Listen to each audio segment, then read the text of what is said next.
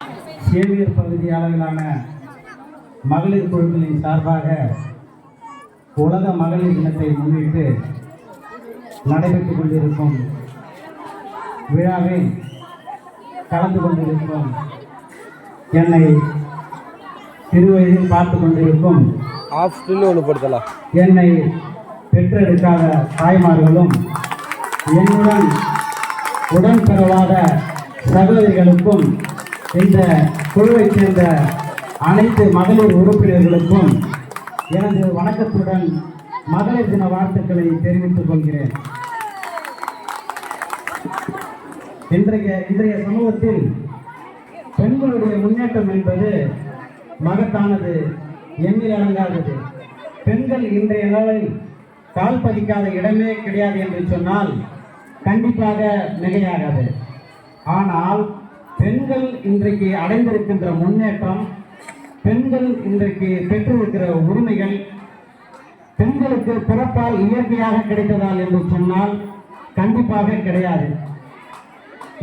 இந்த உரிமையை, இந்த முன்னேற்றத்தை நம் முன்னோர்கள், முற்போக்கு சிந்தனையாளர்கள் நமக்கு போராடி பெற்றுத் தந்தது என்பதை இந்த மகளிர் தினத்திலே நீங்கள் நினைவு கொள்ள வேண்டும்.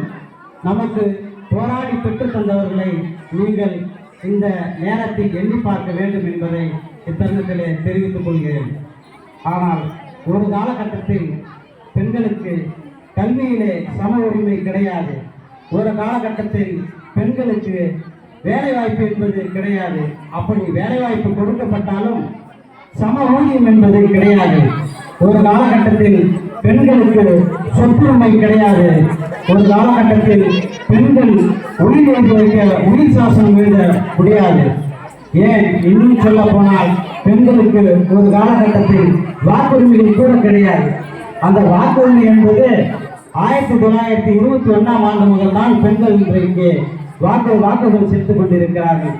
வாக்குகள் செலுத்த போராடி பெண்களையும் வாக்காளர்களாக சேர்க்க வேண்டும் என்று விரும்பிய பொழுது பெண் வாக்காளர்களை சேர்க்க வேண்டும் என்று வீடு சென்று உங்கள் பெயரை கூறுங்கள் என்று சொன்ன பொழுது பெயரை கூட மறுத்து விட்டார்கள் பெண்கள். ஒரு காலகட்டத்தில் நான் இன்னாருடைய மனைவி, இன்னாருடைய சகோதரன், இன்னாருடைய உறவினர் என்று சொல்லக்கூடிய ஒரு காலகட்டம் அன்று இருந்து அதையெல்லாம் தாண்டித்தான் இன்றைக்கு பெண்கள் பெரும் வாக்காளர்களாக இன்றைக்கு அமைந்திருக்கிறார்கள். ஒரு காலகட்டத்தில் பெண்கள் விரும்புவதை திருமணம் செய்து கொள்ள முடியாது. ஒரு காலகட்டத்தில் அப்படி திருமணம் செய்து விட்டாலும் பெண்கள் கணவர் இறந்து விட்டால் மறுமணம் செய்து வைக்க முடியாது. அதையும் தாண்டி பெண்கள் விரும்பிய தெய்வத்தை வழிபட முடியாது, விரும்பிய கோயில்களுக்குள்ளே சென்று வழிபட முடியாத சூழ்நிலைகள் இருந்து வந்தது. இதையும் தாண்டி பெண்கள் குழந்தையிலேயே திருமணம் செய்து வைக்கப்பட்டார்கள் ஒரு காலகட்டத்தில். அதையெல்லாம் இன்று மாறிவிட்டது. அதையும் தாண்டி பெண்கள் உடன்கட்டை ஏறும் பழக்கத்திலே இருந்து வந்தது. உடன்கட்டை ஏறும் பழக்கம் என்ன என்றால் என்று தெரியுமா? பெண்களுடைய கணவர்கள் இறந்து விட்டால் அந்த பிரேதத்தின் உடனே அந்த மனைவி மாரையும் பக்கத்திலேயே அமர்த்தி உடன்கட்டை ஏற வைப்பார்கள். அந்த நெருப்பிலே தள்ளி விடுவார்கள். அந்த நெருப்பிலே அவர்கள் படுக்க தயாராக இல்லை என்று சொன்னால் அவர்களை கட்டையால் அடித்து அந்த நெருப்பிலே தள்ளி விடுவார்கள். அதுதான் உடன்கட்டை ஏறும் பழக்கம். இந்த பழக்கம் இன்று மாறிவிட்டது. இதெல்லாம் எப்படி மாறியது என்பது நம் முன்னோர்கள் போராடி பெற்று தந்தது என்பதை நீங்கள் உணர வேண்டும். ஒரு காலகட்டத்தில் பெண்கள் தாயின் வயிற்றிலே இருக்கும் பொழுது ஆனா பெண்ணா என்று அறிந்து பெண்களை கருவிலேயே அழிக்கப்பட்டார்கள். ஆனால் இன்றைக்கு அது ஒரு சட்டமாக உருவாக்கப்பட்டு இன்றைக்கு தடை செய்யப்பட்டிருக்கின்றது. அதையெல்லாம் தாண்டி பெண்கள் குழந்தையிலேயே கல்விப்பாலை கொடுத்த சமூகம் தான் இந்த சமூகம். இன்றைக்கு இந்த நிலையெல்லாம் எப்படி மாறியது? இந்த நிலையெல்லாம் எப்படி மாறியது என்று சொன்னால் நம் முன்னோர்கள் நமக்கு போராடி பெற்று தந்தது.